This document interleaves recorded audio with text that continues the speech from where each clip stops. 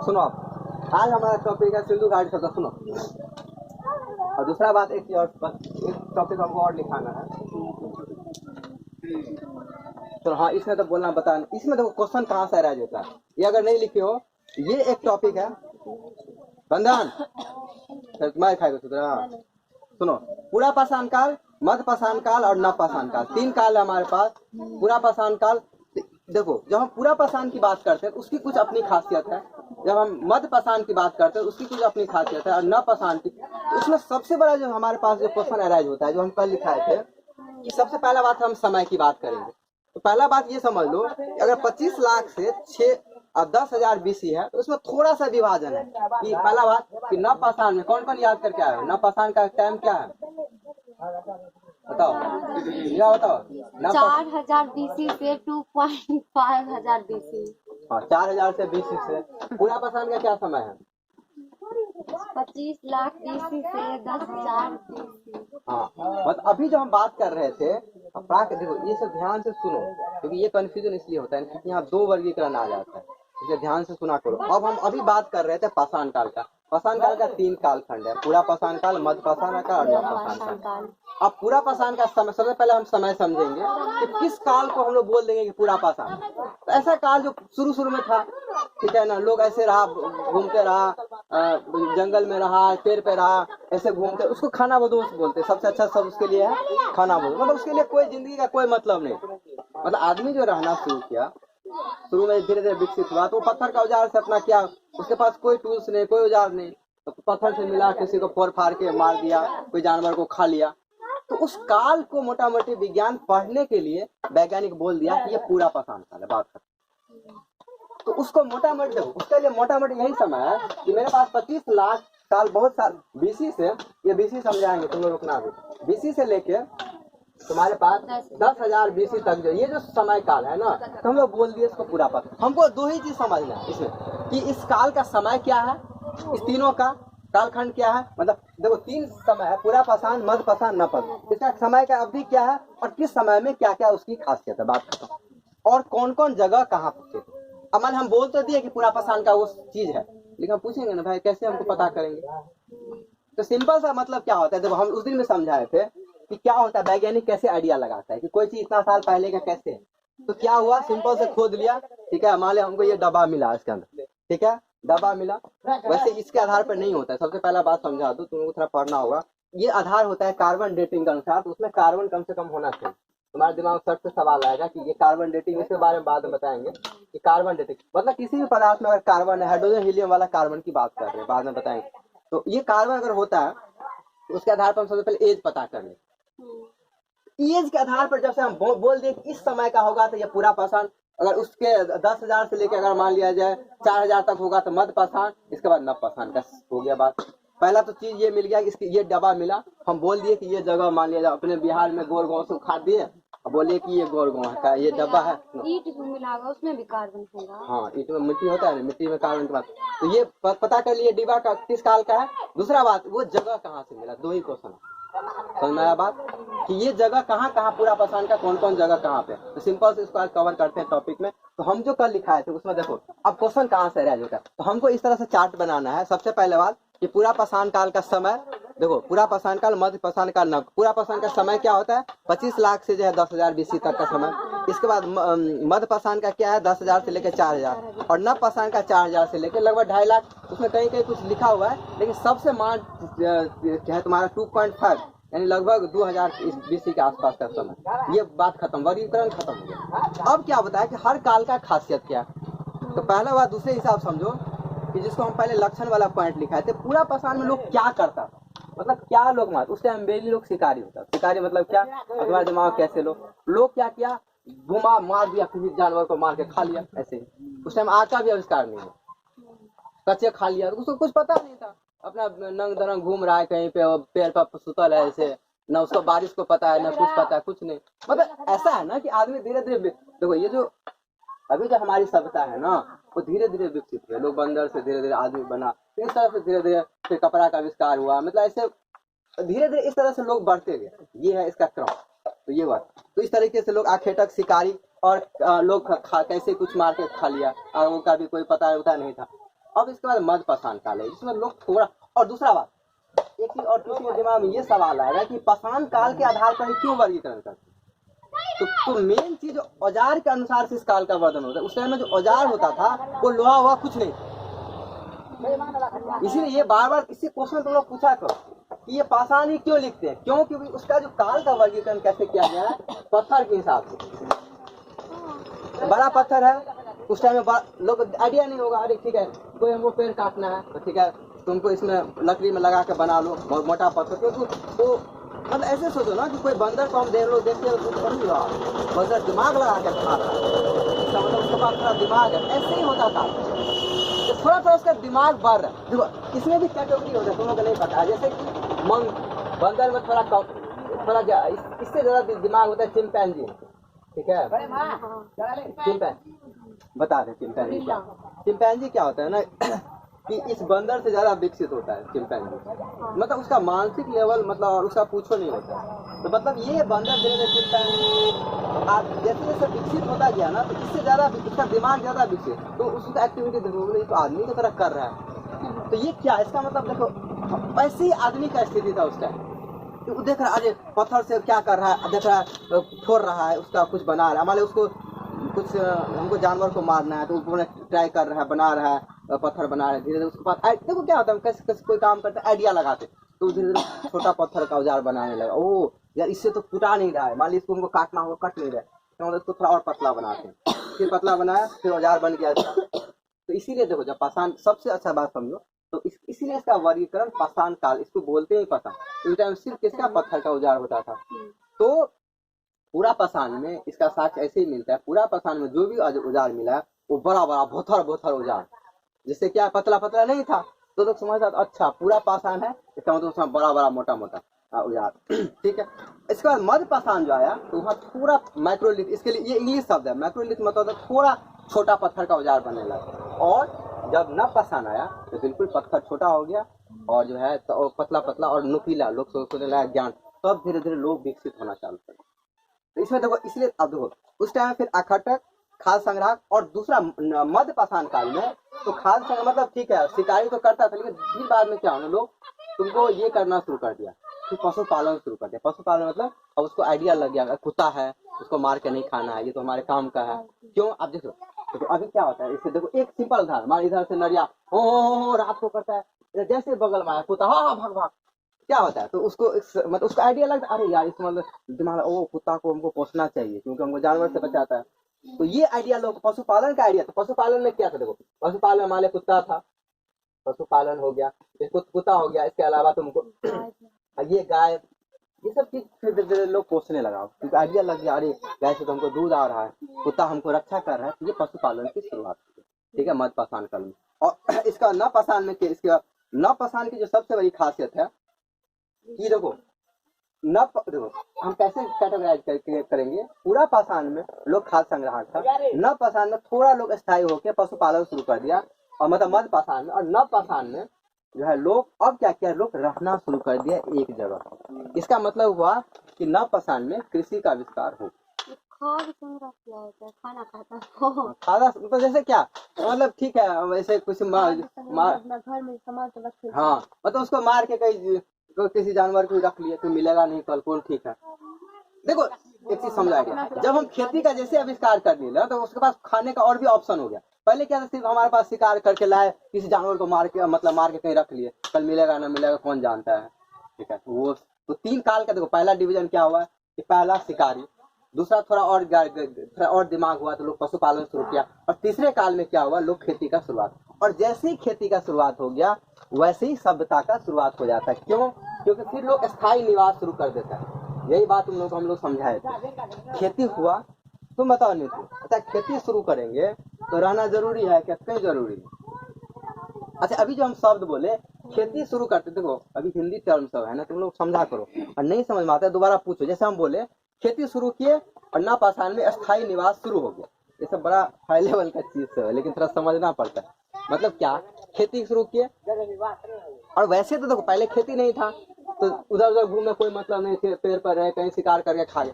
जैसे ही खेती शुरू किए तो एक तो पहला कंडीशन होगा और कोई फसल लगाओ तो वहाँ रुकना पड़ेगा तुमको, 5-6 महीना वहाँ रुकोगे, ठहरोगे, रुकोगे, वहाँ पर उसका देखभाल करोगे। इसीलिए लोग वहाँ घर बना के रहना चालू करें।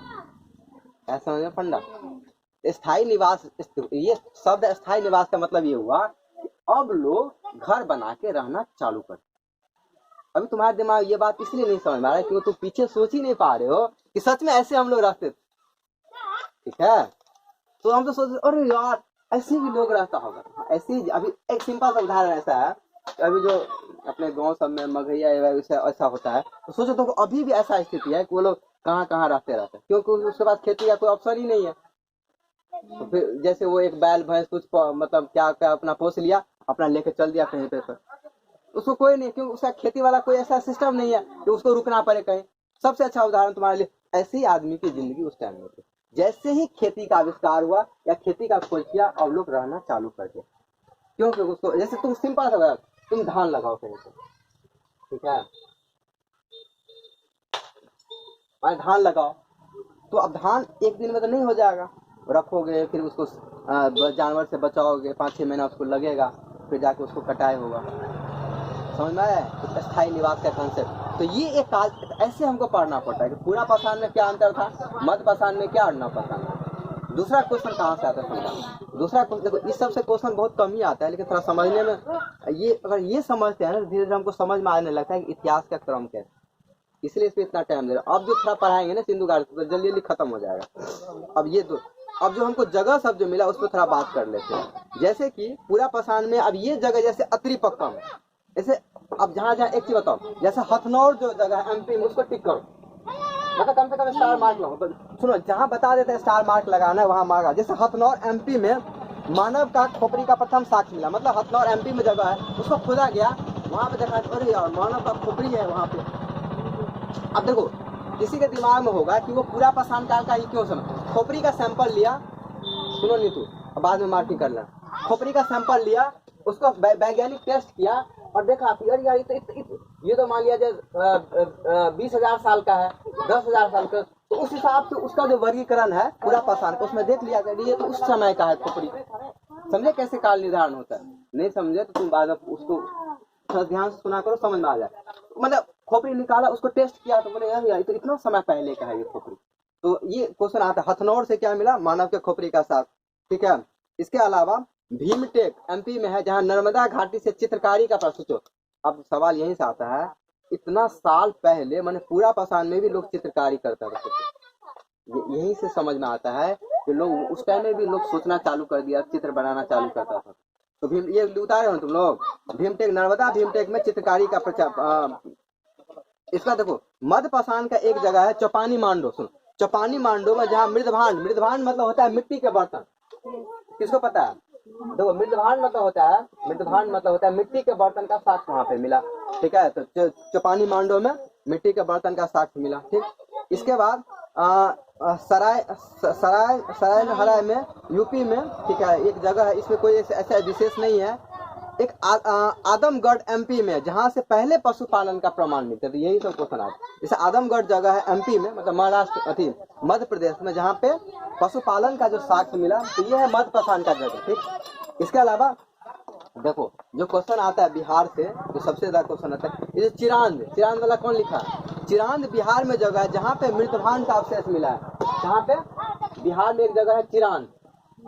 तो एक चीज बता देते हैं, ये चिरांद वाला जगह कोई बोलना नहीं है। दो क्वेश्चन, एक तो चिरांद जगह कहाँ पे है बिहार में, और किस काल का। देखो 3 क्वेश्चन, एक नव पाषाण काल का जो है तुम्हारे पास, कहाँ पे बिहार के चिरांद में जगह मिला, पहला क्वेश्चन वहां से हो गया। दूसरा बात है वहां पे क्या मिला, तो क्या मिला? मृदभांड का अवशेष, मतलब मिट्टी का बर्तन। देखो मिट्टी के बर्तन का ये मतलब वो सब मिला, इससे लोग आइडिया लगाने लगे, अच्छा उस टाइम में भी लोग के पास दिमाग होगा, उस टाइम में भी लोग घर बना के रहता होगा। ये सब मिलने का सिंपल इतना मतलब होता है कि आज से 10,000 साल पहले, 5,000 साल पहले भी लोग तरीका से रहता था। इसका सिंपल तर्क ये निकल चलो हो गया। इसके अलावा देखो बुर्ज होम कश्मीर में गर्तवास में बताते हैं, कब्र में मालिक के साथ कुत्ते का प्रमाण। एक इस पे टिक लगाओ, ये जहां जहां बोले हैं ना सबको पहले टिक लगा लो।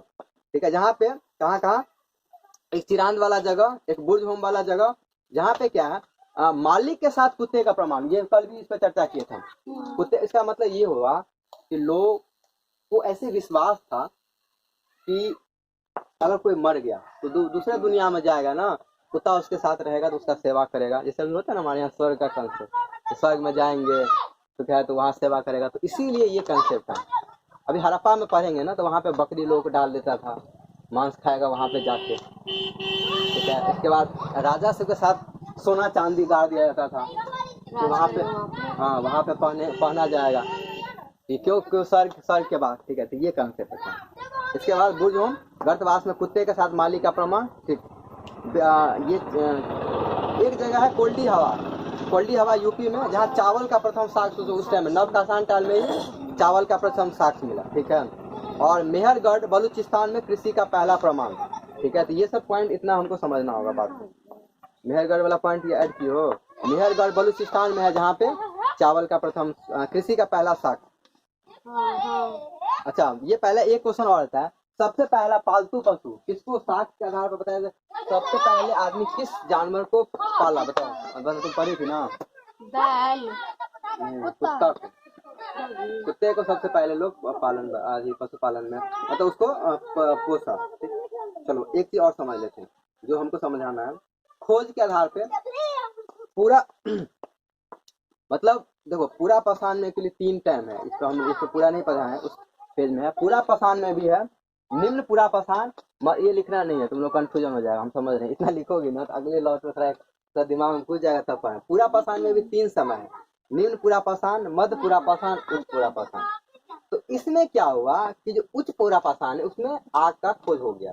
मतलब बहुत पहले आग का खोज नहीं हुआ, लोग कच्चा मांस खाया, लेकिन फिर बाद में आग का खोज हुआ। तो इसमें क्या होता है कि पूरा पहचान में आग का खोज हो गया। इसके बाद मध्य पहचान में लोग आग के बारे में समझने लगा और उसका उपयोग करने लगा। जैसे आप इसको भूज के खाना है, किसी को ऐसे कच्चा नहीं खाना है, कभी ट्राई कर लिए और इसको पका कर देखते हैं क्या मजा आता है कि नहीं, ठीक है ना, तो खाने लगा। इसके अलावा न पहचान में पहिए का प्रयोग और कृषि और ग्रामीण बस्ती, ये सब बता ही दिए हैं। पहिया का प्रयोग शुरू हो गया और पशुपालन शुरू हो गया और ग्रामीण बस्ती लोग बना के रहने लगे हो गए। ये 3 इतना हमको पॉइंट को समझना होता है इसमें, ठीक है।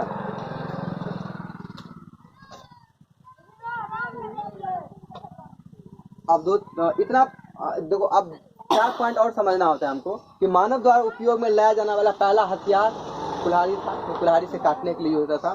पहला देखो, पहला धातु कौन सा धातु का उपयोग हुआ था? तांबा का, ठीक है। ये लिखिए पॉइंट ऐड की हो, ठीक है, तो इतना याद कीजिए। और हड्डी से निर्मित आभूषण भारत में कहाँ मिला? मधारा यूपी में।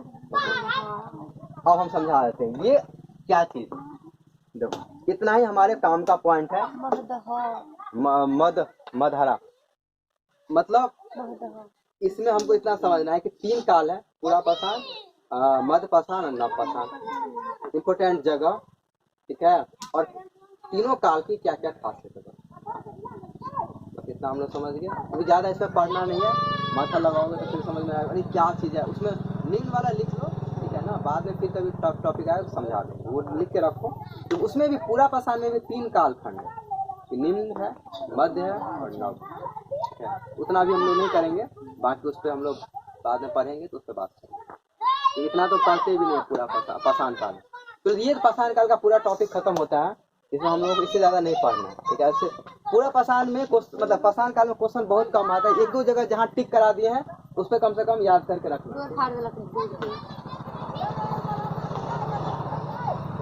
तो ये बात है, ये इसमें ये टॉपिक खत्म है। अब हम आगे टॉपिक पे बात करते हैं, इसमें नहीं रहेंगे अब जो हमारा नेक्स्ट टॉपिक। अब देखो, सवाल ये होता है कि नव पाषाण काल में बस्तियां शुरू हो गई, ठीक है।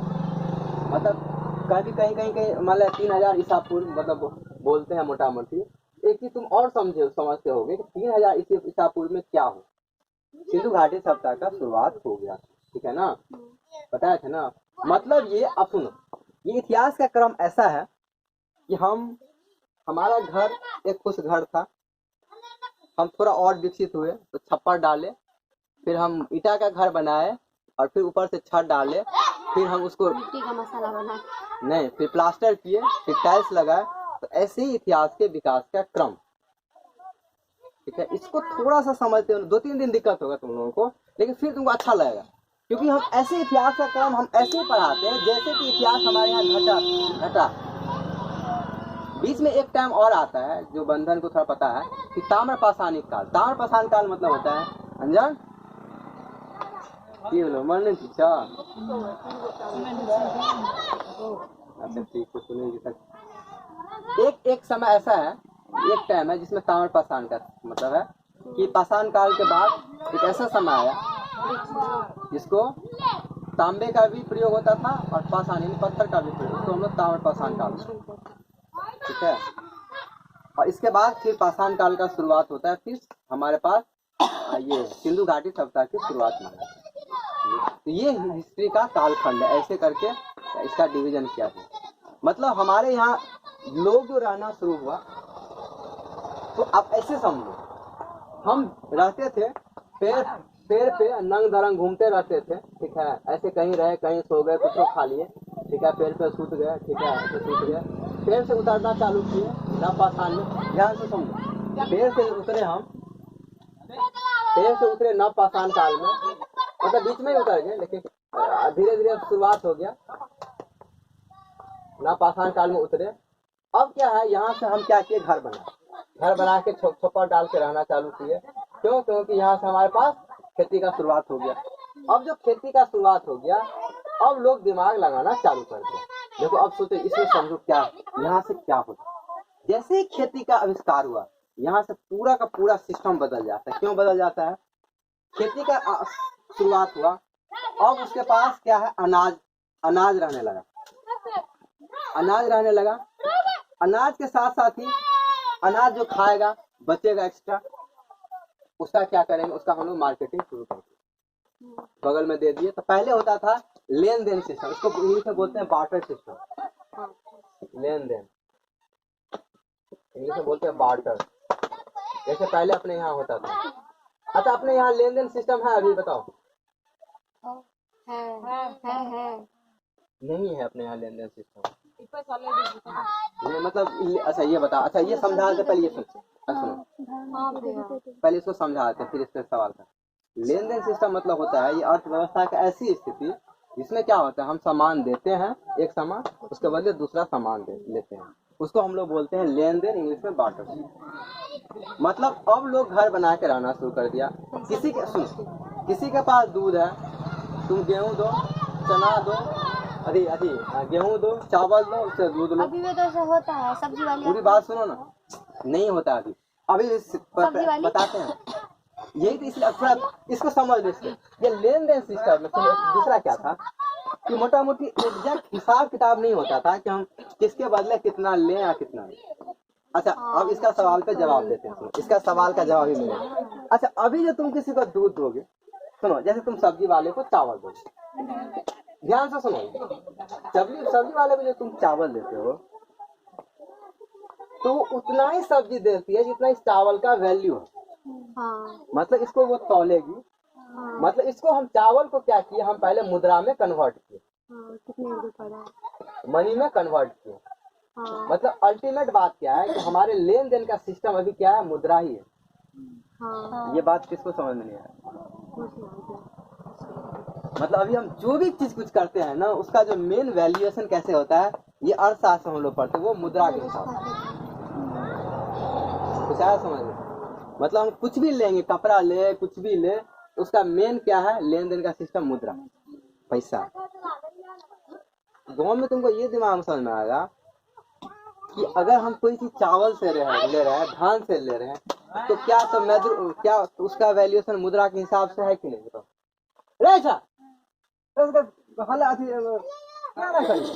परेमा करे सकती पूरा दिन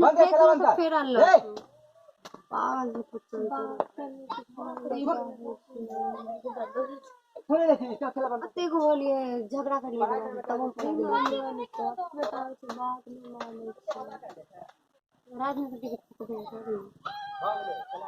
दिन चुपचाप सुन लो, रात में सब मर लग दूंगा।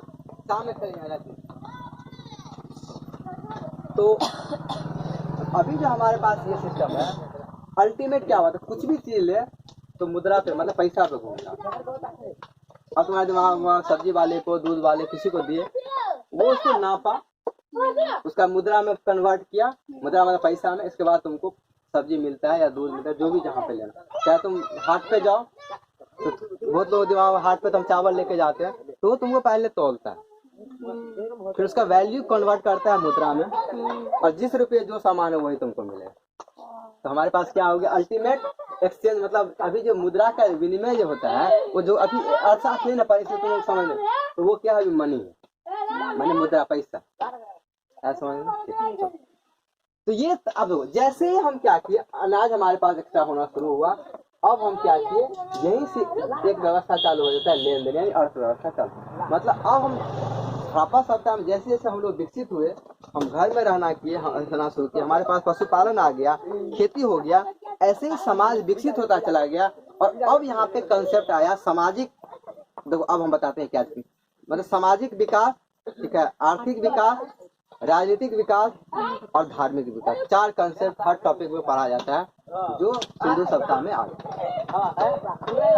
मतलब वो आज भी चलता है वो सिस्टम, लेकिन उसको हम लोग देखो, तुम सब कुछ तुमको पता है, बस हमको क्या आता है, जब लिखने समय में, पढ़ने समय हमको समझना पड़ता है कि सिंधु घाटी सभ्यता में। फिर अब हम लोग पढ़ेंगे कि सामाजिक स्थिति क्या थी उस टाइम पे, आर्थिक स्थिति क्या थी, धार्मिक क्या था लोग, और ये क्या बोले, राजनीतिक स्थिति क्या थी। नहीं ऐसा में समझा दो। मतलब ये नवपाषाण से लोग जो घर बना के रहना चालू किया, ठीक है, तो नवपाषाण में मतलब शुरू में क्या हुआ, लोग जैसे तैसे रहा, इसको कोई मतलब नहीं है, न कोई रिलेशन का